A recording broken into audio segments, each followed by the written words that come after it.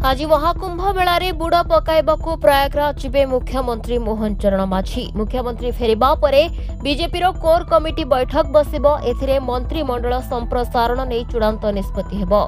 मास शेष सुधा नुआ मंत्रिमंडल समेत राज्य सभापति ना घोषणा होई पारे बोली सुना जाउछि। तेबे मंत्रिमंडलर मुख्यमंत्री को छाड़ी 21 जन मंत्री रहि पारिबे, किंतु मोहन को मंत्रिमंडल रे 15 जन मंत्री रहिछंती। किछि मंत्री अधीन रे 2 रु 3टी विभाग रहिछि। मुख्यमंत्री भी निज गुरुदायित्व तुलाइबा सहित अर्थ, गृह, जलसंपद भली गुरुत्वपूर्ण विभाग कथा बुझुचंती। मंत्री माने मात्राधिक चापरे अछंती। निज विभाग संगठन को पर्याप्त समय देबा संभव हेउनाही। सेपटे मंत्रिमंडल रे 17टी जिला मंत्री शून्य होई रहिछि। मंत्री पद आशारे दलीय विधायक माने खोलाखोली इच्छा जाहिर कलेनी। खूब शीघ्र मंत्रिमंडल संप्रसारण हेउ बोली गणमाध्यम आगरे विवृत्ति रखिलेनी।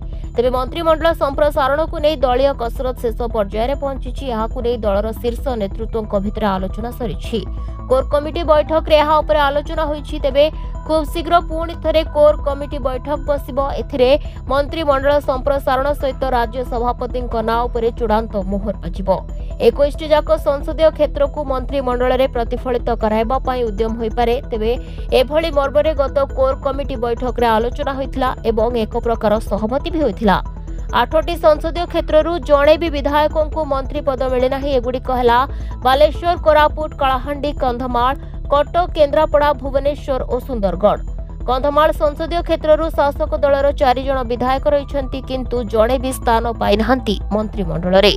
आउ केते जन वरिष्ठ विधायकों को भी शामिल करा जिबा नै आलोचना हेउछि। गत 8 मास मध्य विभ्रांतिकर मंतव्य दे सरकार को अड़ुआरे पकाइथिबा केते जन मंत्री को बाद दिया जाय पारे बोली मध्य चर्चा हेउछि। सेभଳି बोर्ड और निगम सभापति अध्यक्षक ना खूब शीघ्र घोषणा हेबो। संगठन पाई निरवच्छिन्न भावे काम करि आसिथिबा नेता को एथिरे थैथान करा जिवो। कोर कमिटीर आगामी बैठक परे यह घोषणा हेबो बोली बीजेपीर जणे वरिष्ठ नेता सूचना दैछंती। Bureau report, Dinalipi live. Dinalipi live को एबे ही लाइक, शेयर, सब्सक्राइब करंतु।